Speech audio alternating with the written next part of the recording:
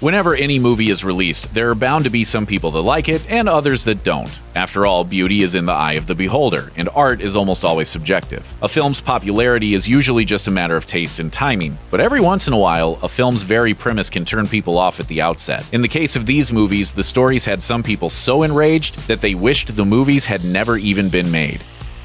Caligula.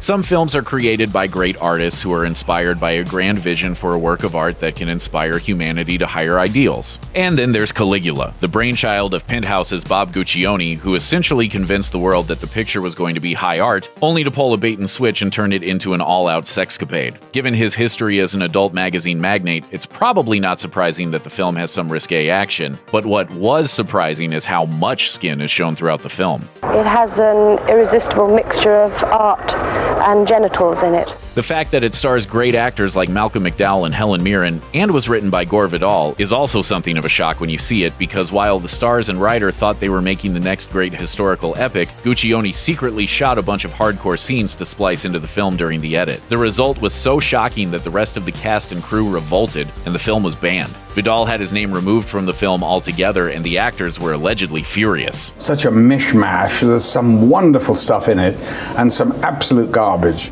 The Last Temptation of Christ.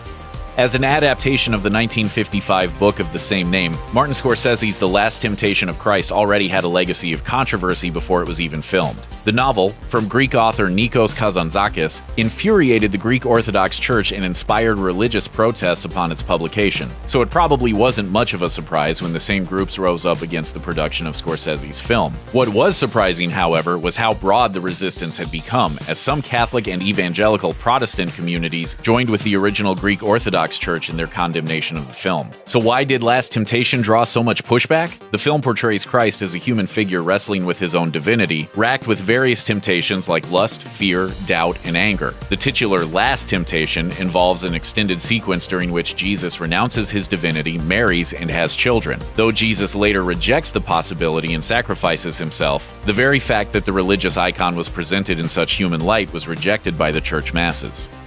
United 93.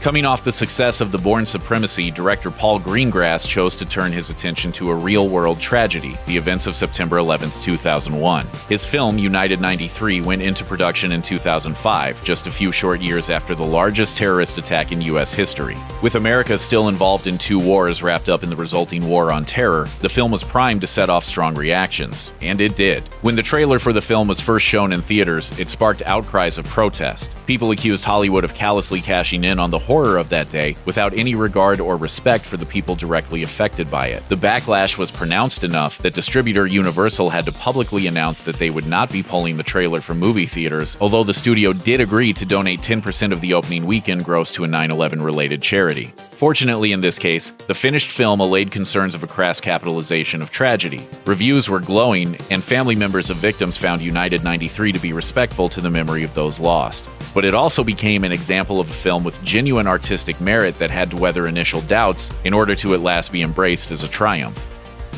Watchmen.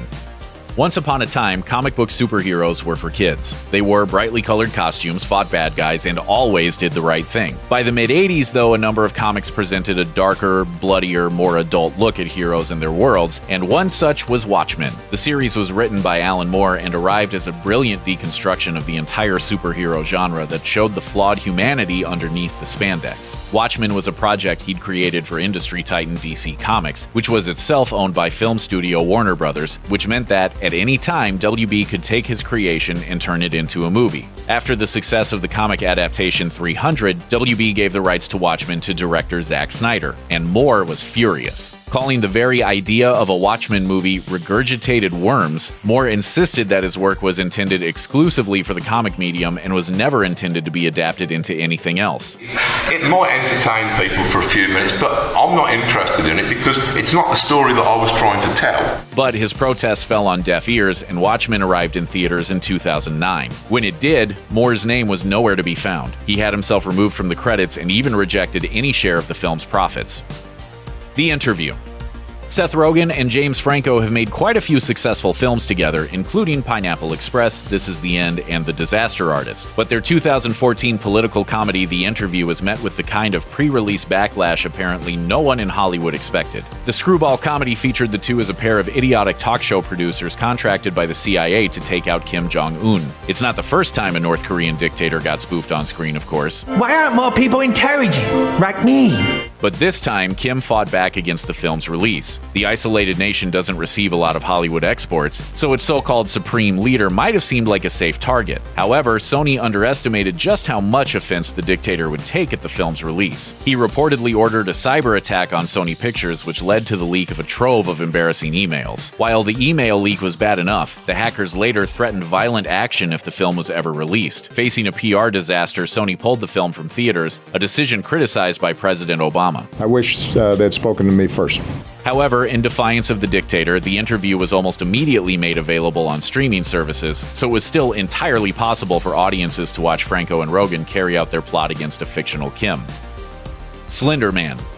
Most of the time, internet memes are meant to be good-natured distractions from the malaise of modern life. But when the Slender Man trend came along in 2009, it was anything but fanciful fun. As the viral myth grew from one creepy picture to the next, the character inspired some disturbed teenagers to commit terrible crimes in real life. So when Sony Screen Gems decided to turn the internet fad into a film, a lot of people were not happy. The father of one of the attackers, for example, protested the film for being a sensationalist cash grab, and a petition was even started to halt the film's release. Despite all that, though, the film is currently still slated for a fall 2018 debut, at which point audiences can judge its merits for themselves. Thanks for watching. Click the looper icon to subscribe to our YouTube channel, plus check out all this cool stuff we know you'll love too.